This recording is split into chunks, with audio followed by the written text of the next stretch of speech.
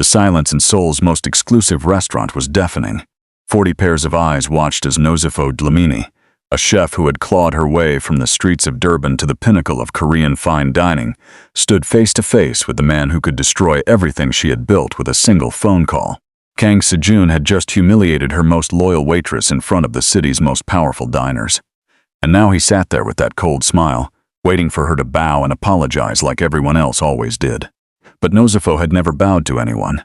She removed her apron, walked into that deadly quiet dining room, and spoke the 5 words that would either end her career or change her life forever. "You're rude."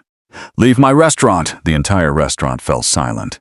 40 pairs of eyes watched as Nozipho Dlamini, a chef from Durban who had conquered Seoul's brutal culinary world, stood face to face with one of Korea's most powerful billionaires.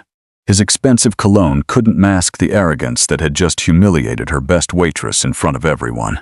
She removed her apron with deliberate precision, walked into the dining room, and spoke 5 words that would either destroy her career or change her life forever. "You're rude. Leave my restaurant." But to understand how a small woman from South Africa came to declare war on Korean royalty, we need to go back 3 hours earlier, when the evening still held promise instead of peril. Steam rose from every station in the Azulu kitchen like incense in a temple. Nozipho moved between her cooks with the fluid grace of a conductor directing a symphony. Tonight marked exactly 2 years since she had opened Seoul's most talked-about fine dining restaurant, and every seat was booked months in advance. "Chef, table 12 wants to send compliments for the lamb," called Marcus, her sous chef, wiping sweat from his forehead. "Tell them to save the compliments until they taste dessert," Nozipho replied, not looking up from the delicate sauce she was finishing. Her hands moved with practiced precision, each motion deliberate and confident. The kitchen hummed with controlled chaos. Flames danced under pans, knives chopped in perfect rhythm, and orders flew between stations in a mixture of Korean and English. This controlled madness was her happy place, where she transformed simple ingredients into edible poetry. "Behind you, chef," whispered Hanyul as she slipped past, carrying a tray of perfectly arranged appetizers. The young waitress had been with Izulu since opening day, growing from a nervous culinary student into Nozipho's most trusted server. "How are the guests tonight?" Nozipho asked, finally looking up from her station. "Happy." "Excited." "Mrs. Kim at table 6 is already asking about next month's menu," Nozipho smiled. Mrs. Kim had been one of her first regular customers, a retired teacher who appreciated both good food and the story behind it. Building relationships like that had taken years of patience, countless perfect meals, and slowly earning trust in a city that didn't easily accept outsiders. The dining room beyond the kitchen doors buzzed with sophisticated conversation. Seoul's food critics, business leaders, and cultural influencers filled every table. These weren't just customers, they were validators, the people whose opinions could make or break a restaurant's reputation overnight. "Chef," called Sarah from the pastry station, "the chocolate creation for the anniversary table is ready. Perfect timing." Nozipho surveyed her kitchen kingdom one more time. Every station running smoothly, every cook focused on their tasks, every plate leaving the pass meeting her exacting standards. 3 years ago, she had arrived in Seoul with nothing but a knife roll and a head full of fusion ideas that mixed Korean techniques with Zulu flavors. The food world had been skeptical, then curious, then completely converted. Izulu wasn't just a restaurant anymore, it was a destination. "Chef, we have a situation." Haniel's voice cut through the kitchen noise, but something was different. Her usual calm confidence had cracked, replaced by barely controlled panic. "What kind of situation?" Kang Sejun just walked in. No reservation, every knife in the kitchen stopped moving. Steam continued rising from the pans, but the human energy shifted completely. Even the dishwashers turned to stare at Haniel as if she had announced the arrival of a natural disaster. Nozipho felt her stomach clench, but kept her expression neutral. "Does Manager Park know?" He seated him immediately. Table 15 commanded a perfect view of the entire dining room and kitchen window. He hadn't come for dinner. He had come to observe, to evaluate, to judge her operation with the cold calculation of someone who owned 12 Michelin-starred restaurants across Asia. Send him the full tasting menu. Every course perfect presentation. But chef, what if nothing? He gets the same treatment as every other guest. Marcus moved closer, lowering his voice. "Chef, maybe we should cook. That's what we do here."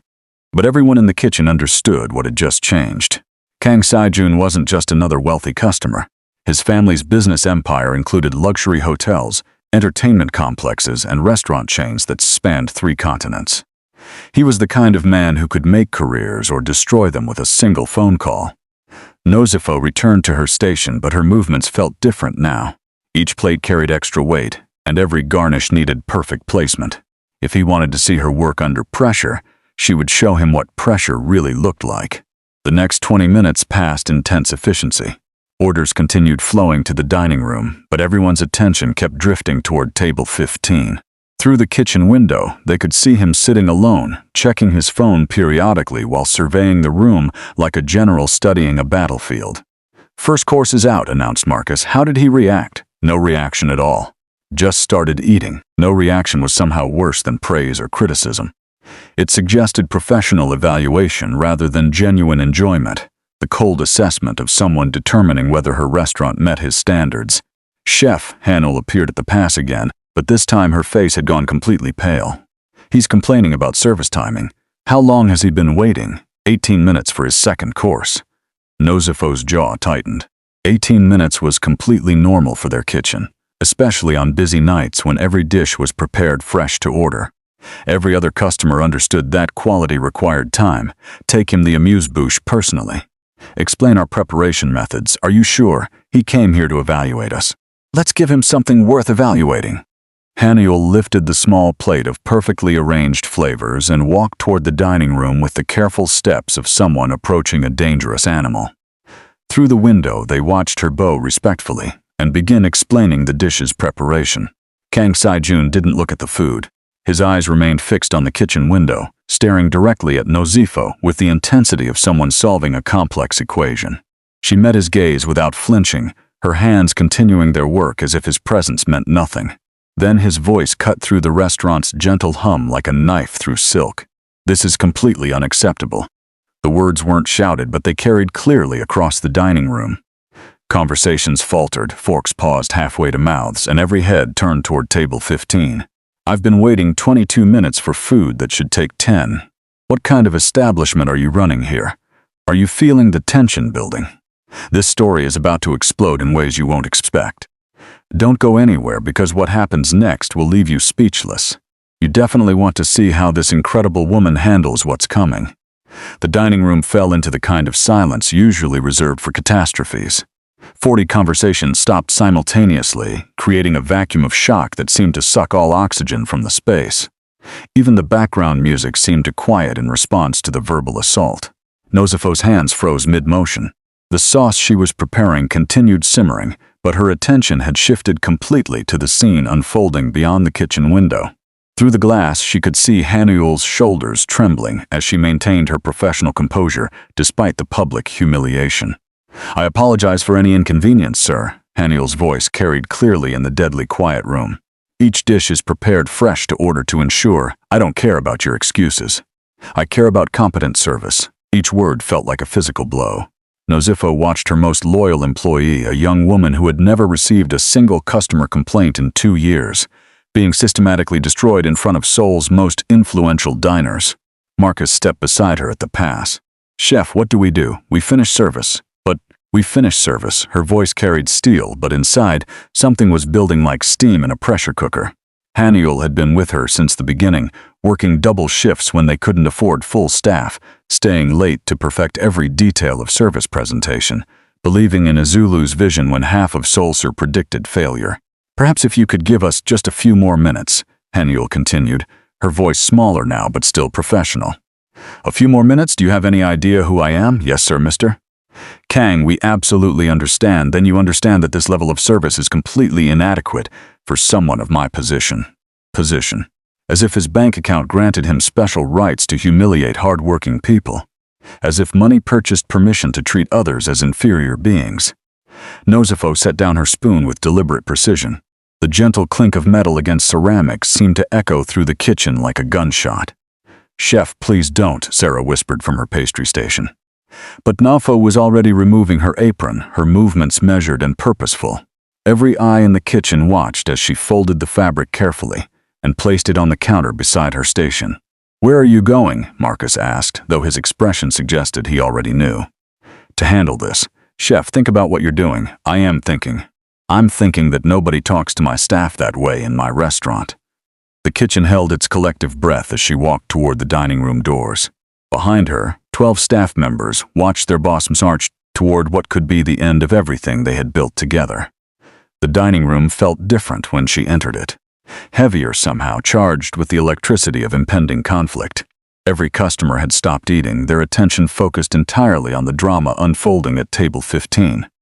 Nozipho walked directly toward Kang Si-jun with the same straight-backed posture her grandmother had taught her for facing down bullies in the Durban schoolyards. Her heels clicked against the hardwood floor like a countdown timer measuring the final seconds before explosion. "Good evening, Mr. Kang. I'm Nozipho Dlamini, chef and owner of Azulu." He looked up from his phone with the kind of cold assessment usually reserved for business evaluations. His dark eyes swept over her face, calculating her worth with the precision of someone accustomed to judging everything and everyone around him. "Your service tonight has been disappointing. I'm sorry you feel that way.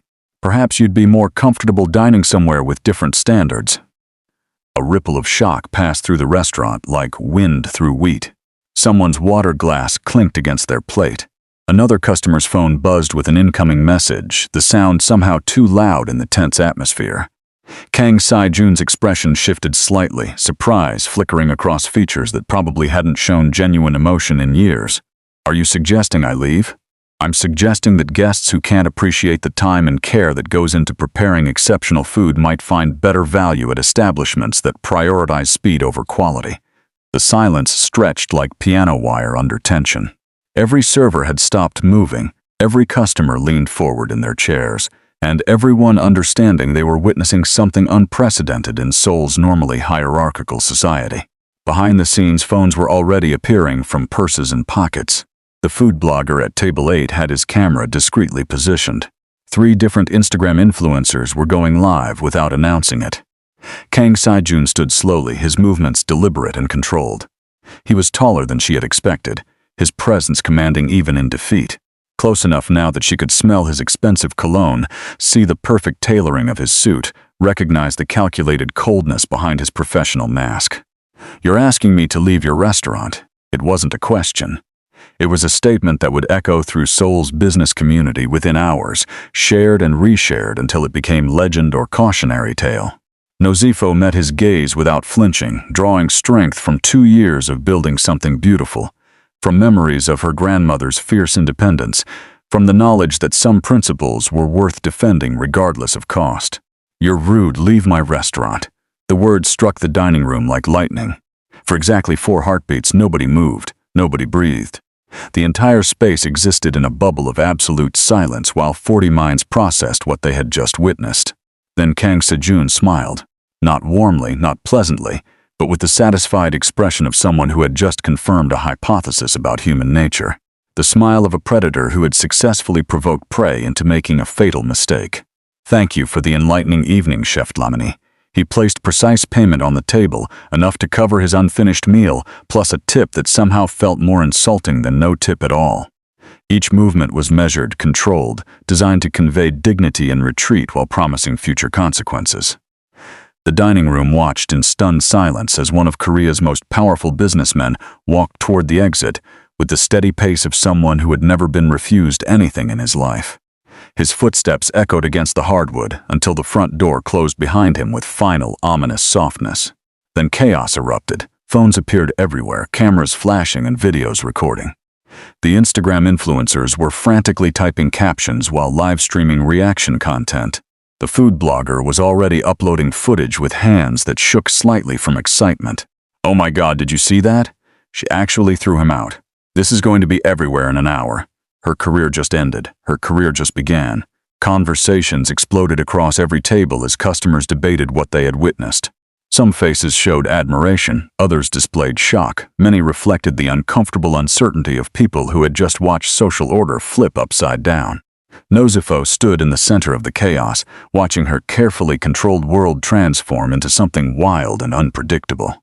She had just publicly humiliated one of Seoul's most influential men in front of witnesses, who would spread the story across every social media platform and gossip network in the city. Hanol appeared at her side, eyes wide with gratitude and terror. "Chef, what just happened?" "I have no idea," Nozipho whispered back, her voice steady despite the earthquake she had just triggered.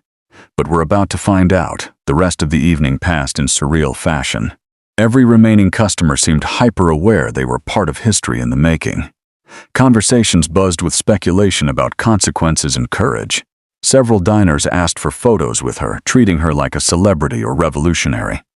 By the time they finished service, the video was already viral. Someone had captured the entire confrontation, and "Rude Leave My Restaurant" was trending across multiple platforms. The comment sections were battlegrounds between supporters and critics. Finally, someone stands up to these entitled rich men. She has no idea what she just started.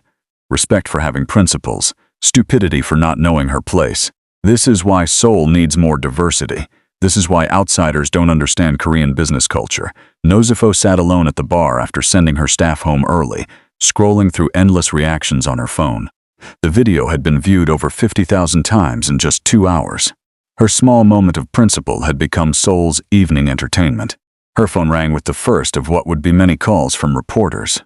"Chef Nozipho, this is Kim Min-jung from Seoul Food and Wine magazine. Could you comment on tonight's incident?" "No comment. There are already rumors about potential business consequences." "Any concerns?" "No comment." But hanging up didn't stop the worry from blooming in her chest like ice crystals forming in winter air. Business consequences. In Seoul's tightly connected hospitality industry, that could mean anything from supplier problems to lease issues to health inspections. Her phone buzzed with a text from Marcus. "Chef, whatever happens next, the whole kitchen staff supports what you did tonight. We're proud to work for someone with real principles." Similar messages followed from her entire team, declarations of loyalty that warmed her heart, while simultaneously making her feel guilty for potentially endangering their livelihoods along with her own. The second call came from her lawyer. "Nozi, what have you done?" "What I had to do, Jinwoo. Do you understand who Kang Si-jun is? His family's business empire spans hospitality, real estate, entertainment. They own significant portions of this district. I know exactly who he is. Then you know this won't end with tonight. Men like him don't forget public humiliation. Maybe it's time someone reminded him that money doesn't automatically buy respect. Money buys everything else, though. Your suppliers, your leaseholders, your permit approvers. Be very careful, Nozi." After hanging up, she walked through her empty restaurant one final time before leaving. Each table, each chair, each carefully chosen decoration represented months of planning and years of dreams made tangible. Tomorrow, all of this might begin crumbling around her. But tonight, she had stood for something that mattered. Tonight, she had chosen dignity over diplomacy, principle over profit. Her grandmother would have been proud. The subway ride home felt longer than usual, the tunnels deeper, the city above pressing down with new weight. Somewhere in Seoul's glittering towers, Kang Si-jun was probably making phone calls, sending emails, activating networks of influence that would systematically dismantle what she had spent 2 years building. Her phone continued buzzing with notifications. More views, more comments, more shares of the moment when a small restaurant owner had declared war on power itself. Walking up from the underground station, Nozipho looked up at Seoul's skyline and wondered what tomorrow would bring. Consequences were coming, probably faster and more devastating than she could imagine. But tonight, she had proven that courage still existed in a world that increasingly valued compliance over character. Tonight, she had shown that some battles were worth fighting, even when victory seemed impossible. The war was just beginning. Dawn arrived like a judge delivering a verdict. Nozipho woke to her phone vibrating with the relentless rhythm of an earthquake. 12 missed calls, 37 text messages, and 64 notification alerts had accumulated while she slept. The video now had 400,000 views. Comments were flooding in faster than she could read them. A digital battleground where strangers debated her courage and stupidity with equal passion. Her small restaurant had become a symbol for something larger, though she wasn't entirely sure what. Her phone rang before she could finish reading the first message. "Miss Dlamini, this is Park Young-ho from Morning Seoul News. We'd love to have you on our show to discuss last night's incident." "What incident?" "The viral video of you confronting Kang Si-jun. Our viewers are calling it the most courageous stand against corporate entitlement they've ever seen. Courageous or career-ending remain to be determined. I'm not interested in interviews. The story is spreading internationally. CNN picked it up an hour ago. Her moment of principle had somehow escaped Seoul's borders and entered the global news cycle. The weight of unwanted attention settled on her shoulders like a lead blanket. Thank you, but no. She arrived at Izulu 2 hours early, needing the sanctuary of her kitchen before the chaos resumed. The restaurant felt different in the pre-dawn darkness, smaller somehow, more vulnerable. Yesterday it had been her fortress, today it felt more like a target. Marcus was already there, prepping vegetables with unusual intensity. Couldn't sleep either, he asked, without looking up. Phone wouldn't stop ringing. Same here. 3 different job offers since midnight. Her stomach dropped. Are you considering them? Hell no. But the vultures are circling fast. They worked in companionable silence until the rest of the staff arrived, each person carrying the weight of overnight fame and uncertain futures. The kitchen felt tenser than usual, conversations quieter, movements more careful. Chef, Haniel approached hesitantly. There are reporters outside. Through the front window, Nozipho could see a small crowd gathering. Cameras, microphones, and the hungry expressions of people chasing a story that was growing beyond anyone's control. We go through the back today. Everyone. For how long? Until this dies down. But as the morning progressed, it became clear that nothing was dying down. If anything, the story was gaining momentum like a snowball rolling downhill. The first supplier cancellation came at 9:15. Chef Kim's seafood just called, Sarah reported from the prep station. They're having delivery difficulties. What kind of difficulties? The kind that started this morning and will last indefinitely. Nozipho's hands paused in their knife work. Kim's seafood had supplied Izulu since opening day, never missing a delivery, never having quality issues. Yesterday they were reliable partners. Today they had delivery difficulties. Did they give a reason? Logistics complications. The second cancellation arrived 20 minutes later. Premium Vegetables, also citing sudden logistics problems that began exactly 12 hours after she had asked Kang Saijun to leave her restaurant. This isn't coincidence, Marcus muttered. No, it's coordination. By 10:30, 4 suppliers had developed mysterious problems. By 11, 3 corporate lunch reservations had been canceled due to schedule changes. By noon, her insurance company was requesting an urgent meeting to discuss coverage concerns related to recent publicity. Each phone call felt like another rope being cut from a bridge she was standing on. Someone was systematically applying pressure to every support structure that kept Izulu functioning. Chef Hanel's voice carried a tremor she had never heard before. Manager Park wants to see you in his office. Manager Park oversaw the building that housed Izulu, a cheerful man who had welcomed her warmly 2 years ago and never caused problems since. Today his smile looked forced, his handshake brief. Miss Lamini, please sit. Is there a problem, Mr. Park? The building ownership is changing hands. The new owners want to review all existing lease agreements. My lease has 16 months remaining. Yes, but there are clauses about ownership transfers that allow for renegotiations of terms. The ice in her stomach spread upward toward her heart. What kind of renegotiation? He slid a document across his desk with obvious reluctance. The rent increase detailed in the proposal made her head spin. Triple her current rate, effective in 60 days. This is impossible. No restaurant could survive this increase. I'm just delivering the message, Miss Lamini. The new ownership feels that recent publicity has significantly increased the property's market value. Recent publicity. As if her moment of principle had somehow transformed the building into prime real estate overnight. Who is this new ownership company? I'm not authorized to discuss those details, but she already knew. The timing was too perfect, the coordination too precise. Somewhere in a glass tower office, Kang Saijun was reviewing progress reports on the systematic dismantling of her business. Walking back to her restaurant, Nozipho felt soul pressing down on her differently than ever before. The city that had welcomed her dreams now felt hostile, every corner potentially hiding another attack on her livelihood. Her phone buzzed with a call from an unknown number. Miss Lamini, this is Detective Kim from Seoul Metropolitan Police. Her blood turned to ice water. How can I help you, Detective? We received an anonymous complaint about potential health code violations at your establishment. We need to schedule an inspection. What kind of violations? I can't discuss details over the phone. Are you available tomorrow morning at 9? Health code violations. In a kitchen that had maintained perfect inspection records since opening day. Another pressure point being activated with surgical precision. Of course, Detective. We'll be ready. The lunch service felt surreal. Half their normal reservations, but the customers who came seemed different. Some appeared genuinely supportive, others looked like they were visiting a zoo exhibit. Everyone seemed aware they were part of something larger than just a meal. Table 6 wants to send compliments to the chef, Haniel reported. What kind of compliments? They said what you did last night took real courage. They wanted you to know not everyone in Seoul thinks you were wrong. Small comforts, but they felt enormous in the current darkness. For every supplier who abandoned them, every reservation that canceled, there were still people who understood what the confrontation had really been about. If you're wondering how this incredible story of courage versus power ends, you're not alone. Thousands of people are following this battle, and what happens next will determine whether standing up for your principles is worth the cost. The tension is about to reach a breaking point that nobody sees coming. The afternoon brought a visit from her lawyer, Jinwoo, whose usually calm demeanor had cracked under the pressure of trying to protect her from consequences that seemed to multiply hourly. "Nozi, we need to talk seriously about what you're facing."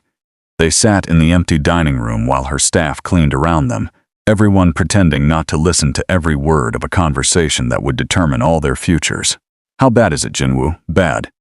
The lease increase alone would force you to close within 3 months. Combined with the supplier issues and reservation cancellations, you're looking at a perfect storm. Can we fight it legally?" "Fight what?" "Everything they're doing is technically legal. Lease clauses allow renegotiation during ownership transfers. Suppliers can choose their clients. Health inspections can be triggered by anonymous complaints. So they can destroy my business and face no consequences. Welcome to modern corporate warfare.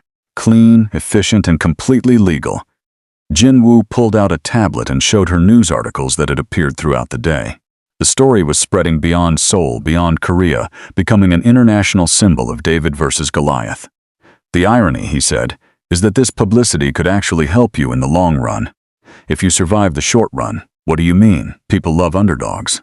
Investors sometimes back principles over profits. But first you have to survive the pressure campaign. How long will it last? Until you either give up or find a way to fight back that they didn't expect." After he left, Nozipho called a staff meeting. 12 people gathered around the largest table in the dining room, their faces reflecting the worry and determination she felt in her own heart. "I want everyone to understand what we're facing," she began. "This isn't just about last night anymore. Someone is systematically trying to close Izulu." "We know, Chef," Marcus said quietly. "We can see what's happening. I won't blame anyone who wants to find other work. You all have families and responsibilities. I can't ask you to go down with my ship." "With respect, Chef," Hanil interrupted, "this isn't just your ship. We've all worked too hard to build this place to abandon it now." Murmurs of agreement echoed around the table.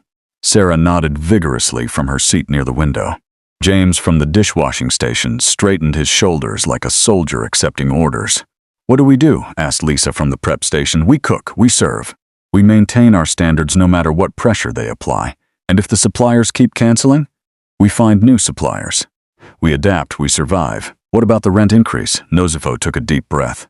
"I'm working on that, but honestly, she had no idea how to handle rent that would triple overnight. No restaurant in Seoul could absorb that kind of increase and continue operating normally." The evening service brought surprises.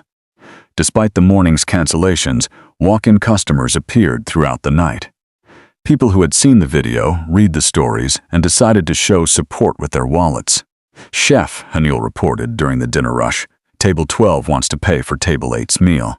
They said it's their way of supporting what you did." "Table 8 doesn't know?" "No, it's anonymous. Random acts of kindness from strangers who understood that sometimes standing up to bullies required community support. The warmth of unexpected solidarity helped balance the coldness of systematic corporate pressure." A food blogger arrived without reservation, introducing himself as someone who had been following the story since it broke. "I'm not here for a review," he explained. "I'm here because I think what you did matters. Mind if I document the real Izulu?" His article, published the next morning, would become one of the most shared pieces about the incident. Not focusing on drama or conflict, but on the daily dedication, the staff loyalty, and the food that had made people fall in love with the restaurant in the first place. "This is what courage looks like in a kitchen," he wrote. "Not dramatic gestures, but quiet dedication to excellence even when the world is watching, waiting for you to fail." The article sparked something unexpected. Reservations that had been canceled were suddenly replaced by new bookings from people who wanted to experience the restaurant behind the headlines. But late that evening, after the last customer had left and the kitchen was clean, Nozipho sat alone reviewing the financial reality. Even with increased support, the numbers didn't work. Triple rent, unreliable suppliers, and the constant stress of operating under siege conditions would eventually break her. Her phone buzzed with a text from an unknown number. "Check your email." The message waiting in her inbox contained a single sentence. "Some battles aren't worth fighting. KSJ." Kang Sejun had made contact, reaching out through digital channels to deliver a message that was both a warning and an invitation. The initials at the bottom felt like a signature on a declaration of war. She stared at those 3 letters until they blurred together, understanding that this was just the beginning. Tomorrow would bring the health inspection, probably more supplier problems, and certainly new pressures she couldn't anticipate. But tonight her restaurant was still standing, her staff was still loyal. Her principles were still intact. The war was escalating, but she wasn't surrendering. Seoul glittered beyond her windows, 8 million people living their lives, most unaware that a battle for the soul of hospitality was being fought in their city. A battle between old power and new principles, between money and meaning. Her phone went dark, finally quiet after a day of endless notifications and crisis calls. Tomorrow would test everything she had built, everything she believed, everything she was willing to sacrifice for dignity.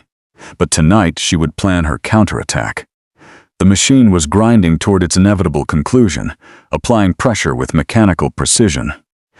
But machines sometimes broke when they encountered something they couldn't calculate, something beyond their programming, something like principle that refused to bend, courage that couldn't be bought, and loyalty that ran deeper than profit margins. The real battle was just beginning. The health inspector arrived at 8:45, 15 minutes early, and carrying the expression of someone who expected to find problems. Detective Kim was younger than she had anticipated, with sharp eyes that cataloged every detail and a notebook that seemed designed for documenting violations rather than confirming compliance. "Thank you for accommodating this inspection on short notice, Ms. Dlamini. Of course, we welcome any opportunity to demonstrate our standards." But as they walked through her immaculate kitchen, Nozipho noticed how meticulously he photographed equipment that had passed dozens of previous inspections without question.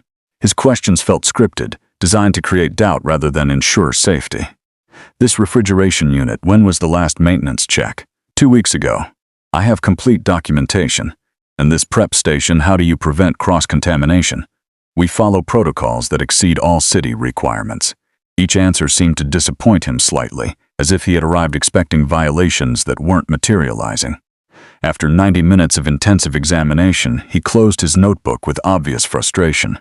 "Everything appears to be in order. You'll receive our official report within 5 business days. 5 business days. Enough time for rumors to spread about restaurants under investigation, for customers to worry about safety, for reputation damage that could last months even if she passed with perfect scores." The morning brought 3 more supplier cancellations, each citing increasingly creative excuses. The fish distributor claimed route optimization required dropping smaller accounts. The specialty spice company discovered shipping complications that would last indefinitely. The organic vegetable farm found quality concerns that hadn't existed yesterday. "Chef," Marcus called from the walk-in cooler, "we're down to basic ingredients and whatever we can source locally. Then we get creative." "How creative can we get when half our suppliers just disappeared?" "Creative enough to prove that good cooking comes from skill, not expensive ingredients." But privately, Nozipho understood that creativity had limits. Fine dining customers expected certain standards, certain ingredients, certain presentations. Operating with constrained supplies while maintaining quality was possible for days, maybe weeks, but not indefinitely. Her phone rang with another unknown number. "Ms. Dlamini, this is Yang Soo-jin from Korean Business Weekly. We're running a feature story about your situation, but we need to verify some financial details." "What kind of details?" "Sources suggest Azulu is facing significant cash flow problems following recent events." "Any comment?" "Sources, anonymous tip. Information that should have been private was somehow reaching journalists with suspicious speed and accuracy." "No comment. There are also reports about your lease situation. Can you confirm the rent increase?" She ended the call without responding, but damage was already spreading. By noon, 3 different news outlets had published articles questioning Azulu's financial stability. The headlines painted her as a failing business owner desperate for attention. "Chef," Hannel appeared at her station, phone in hand and expression worried. "The reservation system is going crazy. Good crazy or bad crazy, both. We're getting cancellations from corporate clients, but individual bookings are increasing." People want to support what you did. Individual support versus corporate rejection. The battle lines were forming clearly, splitting Seoul's dining scene between those who valued principle and those who prioritized political safety. The lunch service felt like operating in a fishbowl. Every customer seemed aware they were part of something larger than a meal. Conversations buzzed with speculation about how long a Zulu could survive, whether standing up to power was admirable or foolish. "Table 9 wants to speak with you," Haniel reported. "What about?" They said they're restaurant owners too. They want to offer support. The conversation was brief but meaningful. A couple who owned a small bistro in Hongdae, expressing solidarity and offering to share supplier contacts if needed. "What you did was brave," the woman said quietly. "Most of us would have stayed silent. Maybe staying silent is part of the problem. Maybe it is." Small moments of connection helped balance the isolation that came with being systematically targeted by powerful enemies. For every supplier who abandoned them, every corporate client who canceled, there were individuals who understood what the confrontation really represented. But understanding didn't pay bills or cover increased rent or replace canceled supply contracts. The afternoon brought unexpected visitors. A delivery truck pulled up outside Zulu, but instead of supplies, it carried reporters from 3 different television stations. Cameras emerged like weapons, pointing toward the restaurant windows and front entrance. "Chef, they want interviews," Marcus reported from the front door. "Tell them we're focused on cooking, not talking." They said they'll wait. By 4 o'clock, the media presence had expanded to include international crews. The story had somehow evolved from local restaurant drama to a global symbol of resistance against corporate bullying. "CNN wants a statement," Sarah called from the prep station where she was monitoring social media. So do BBC, Reuters, and something called Food Network Asia. The video now had over 2 million views across all platforms. Comments were flooding in from around the world, turning her small restaurant into an unlikely battleground for larger conversations about power, dignity, and standing up to bullies. Her phone buzzed with a call from her bank. "Ms. Dlamini, this is Manager Lee. We need to discuss your business loan terms. What about them? Recent publicity has raised concerns about your restaurant's long-term viability. We'd like to schedule a meeting to review your account. My payments are current." "Yes, but we need to assess risk factors that have emerged." Risk factors. Another pressure point being activated with clockwork precision. Someone was making calls, sharing information, coordinating attacks from every possible angle. The dinner service started with a surprise. Despite the morning's cancellations and media circus outside, the dining room filled with customers who seemed genuinely excited to be there. People who had driven across Seoul, taken subway trains from distant districts, arranged babysitters, and changed plans just to eat at the restaurant behind the headlines. "Table 6 wants to pay for Table 12, Haniel reported. "Anonymous again?" They said they're teachers, and what you did reminded them why they became educators in the first place. Acts of solidarity from strangers who saw something larger in her moment of principle. The warmth of unexpected support helped counter the coldness of systematic corporate warfare. But during the busiest part of service, when every burner was working and every server was moving, he walked in. Kang Saijun entered Izulu alone this time, no associates, no entourage, no advance warning. He wore a different suit, but carried the same controlled authority that had filled the dining room with tension 3 nights earlier. The effect was immediate and electric. Conversations stopped mid-sentence, forks paused halfway to mouths, and every head turned toward the entrance. The media crews outside pressed against the windows, cameras rolling to capture whatever drama was about to unfold. Haniel approached his table with visible nervousness, her hands trembling slightly as she carried a menu. "Sir, do you have a reservation? I'd like to speak with Chef Dlamini." Privately. Every eye in the restaurant turned toward the kitchen window. Through the glass, staff and customers watched Nozipho process the request that would determine whether tonight ended in explosion or negotiation. "Should I call the police?" Marcus whispered. "No. This conversation was always going to happen." She removed her apron with deliberate precision, folded it carefully, and placed it beside her station. The same ritual that had preceded their first confrontation, but tonight felt different. Less spontaneous, more calculated. "Where are you going?" Sarah asked. "To finish what we started." The dining room held its collective breath as she walked toward table 15. Phones appeared everywhere, customers and media crews documenting what could be either reconciliation or destruction. Kang Si-jun stood as she approached, a gesture of respect that surprised everyone watching. "Chef Dlamini." Thank you for agreeing to speak with me. I don't recall agreeing to anything. May I sit? She gestured toward the chair across from him, aware that 40 pairs of eyes were analyzing their every movement. The tension in the room was almost physical, like standing inside a lightning storm. Perhaps we could speak somewhere more private? Privacy could be dangerous, but public conversations became theater. My office is upstairs. The small office felt cramped with both of them occupying it. Kang Saijun seemed larger in the confined space, his presence overwhelming despite the careful politeness of his demeanor. I assume you've been experiencing some business difficulties since our last encounter. Nothing I can't handle. Tripled rent is difficult for anyone to handle. So are supplier disruptions and banking concerns. The casual mention of private business details confirmed what she already knew. He was behind the coordinated pressure campaign, orchestrating attacks from multiple directions with surgical precision. Is this the part where you threaten me? I don't make threats, Chef Nozipho. I make business propositions. He pulled out a leather folder she hadn't noticed him carrying.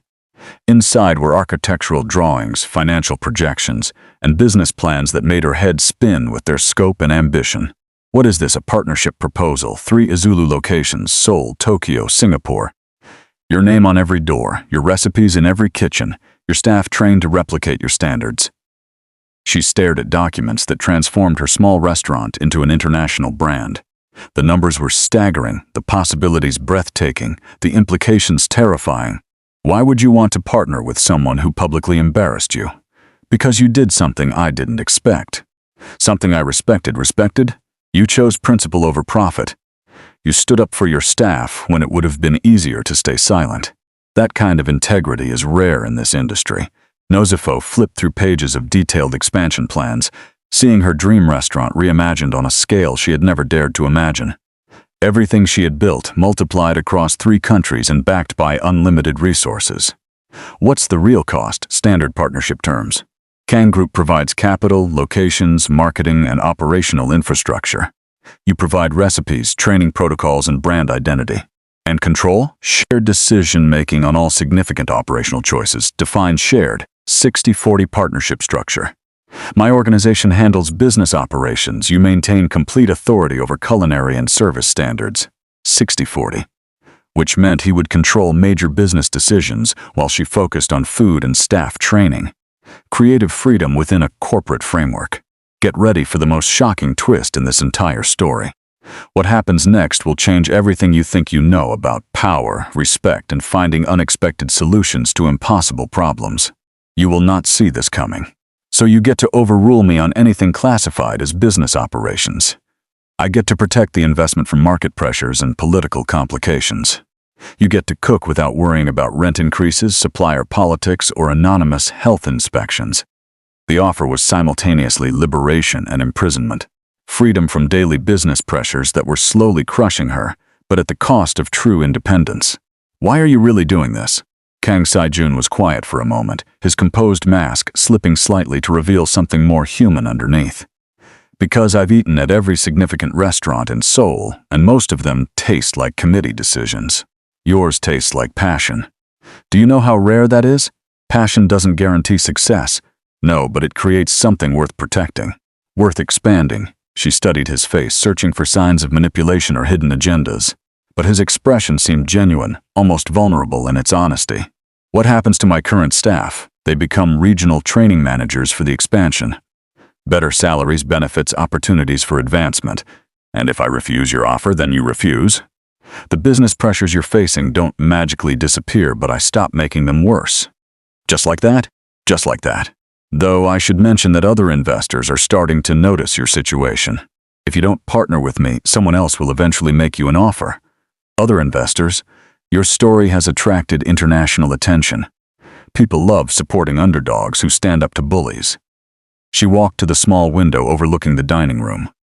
Below, customers were eating while stealing glances toward the staircase, everyone understanding they were witnessing negotiations that would determine the restaurant's future.